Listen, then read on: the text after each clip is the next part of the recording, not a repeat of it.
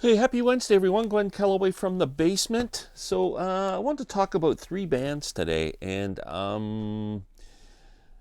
this kind of came about because of the collaboration I'm doing with Rich Strickler on Rich's channel. So please, I hope you're watching that. If not, please go over to Rich's channel and watch. We do a top 10 Tuesday. Yesterday, we did 10 great cover songs, joined by my good friend Sam St. John. It was awesome. A conversation came out because I chose as a great cover song, ranked it very high, Blue Cheer's Summertime Blues. Then Rich made a comment about another band that did a lot of cover songs that were pretty heavy too, because I mentioned this is probably the heaviest thing I'd ever heard in my life back in 1968 when it was released. Blue Cheer, if you've never heard this album and you like heavy rock, do yourself a favor. Vincebus Eruptum. There it is. Their version of Summertime Blues, classic rock and roll song written by Eddie Cochran, is just incredible. It was so heavy at its time. It was mind-blowing. They were crazy. They also did Rock Me Baby on here, Parchment Farm, which was a song that I got most familiar with through John Mayall, I think, and Cactus did a version of that as well. But anyway, Blue Cheer, 1968, and it was, man, it's a pretty heavy shit. Two other bands got mentioned yesterday, and I wanted to mention them today. First, Vanilla Fudge. I forgot all about Vanilla Fudge. I have their debut album on the Atco label, for those of you who care. Vanilla Fudge made a name for themselves taking rock songs that didn't really, or taking hit pop songs that didn't really fit a hard rock arrangement and turning them into like really heavy rock songs. And this is 1967, folks. This isn't the 70s when, Zeppelin was killing it and Black Sabbath and all that. This is pre all that stuff. Heavy on the organ. Two names you might be familiar with that were in this band were Carmen Apiece and Tim Bogart. There's the right there. They call him Timmy. That's Timmy Bogart, who went on to play with Jeff Beck. Carmen Apiece and ended up in Cactus at some point and played with a bunch of other people. I hope I say that as his last name. I always feel like I pronounce Carmen Apiece wrong. Not Carmen, Apiece. Anyway, they do Ticket to Ride. Comes in with a heavy organ and everything. It's just really almost pre-Deep Purple type heaviness, although Deep Purple was starting to make records back then in the Mark I phase. They do the great Curtis Mayfield song, People Get Ready. They do the Zombies song written by Rod Argent, She's Not There. They do Bang Bang, written by Sonny Bono, which was a hit for Sonny and Cher. And their big hit was You Keep Me Hanging On, the Supremes pop Motown song, and they turn it into this epic song. It's incredible. And then they close with Eleanor Rigby. If you've never heard this album, check it out. Amazing.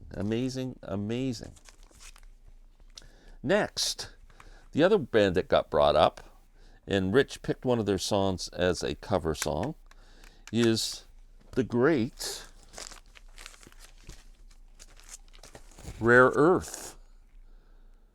Rare Earth, a whole bunch of white dudes from Detroit, signed by Motown. Motown was trying to branch out a little bit and get away from just being, in this narrow lane of the Motown sound and all the great black artists that they had.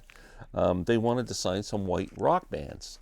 And I believe this isn't, people always say Rare Earth was the first white rock band that Motown signed. That is not true, but they are the most successful white white rock band that Motown signed. At some point, they changed the label to Rare Earth, but these are on a Motown label. Again, they took some classic Motown songs and just turned them into epic songs. They also did songs like on this album, Feeling All Right, the great Dave Mason song. They did Tobacco Road on here. And Get Ready, 'Cause Here I Come. 21 minutes and 30 seconds. Now, if you're a CD fan and you're looking for some Rare Earth, a lot of the Rare Earth comps have the single edit of Get Ready, which is only like 3 minutes long or whatever like that. If you want the long, cool version, this is the CD to get, the Millennium Collection. It has all the album versions of the songs, not single edits. So look for this one. That is the one. I'm a big Rare Earth fan. Great band. They formed like 1960 or something. They were around a long time before they got made. They made a ton of live albums. Rare Earth in Concert is a great album. These are really easy to find in the used bins, as far as I recall. Rare Earth Ecology. This is when Motown decided that they wanted to change a label. They wanted to identify this new white rock thing they were getting into. They wanted to differentiate it from the Motown stuff. They were trying to come up with a label, and it was actually Rare Earth who said, "Why don't you call the label Rare Earth?" And I think they were kind of joking. And what happens? Motown went, "Yeah, we like that." And we came up with the Rare Earth label, which is really, really nice. That's one of the nicer labels, I think. Man, they do Eleanor Rigby on this. Born to Wander, which was a big, big hit for them. And I'm Losing You, which was a big hit for them. Also done by Rod Stewart on Every Picture Tells a Story. Great song. If you've never listened to Rare Earth, do yourself a big time favor. Do that. Let's see if I got any more here. I got one more. This is Superstar Series, celebrating Motown's 20th anniversary. Rare Earth. There's the boys there. This is on the Motown label as well. These albums, I always see them in the used bin.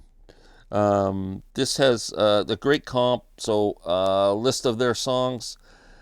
I Just Want to Celebrate, Another Day of Living, great song. I Know I'm Losing You.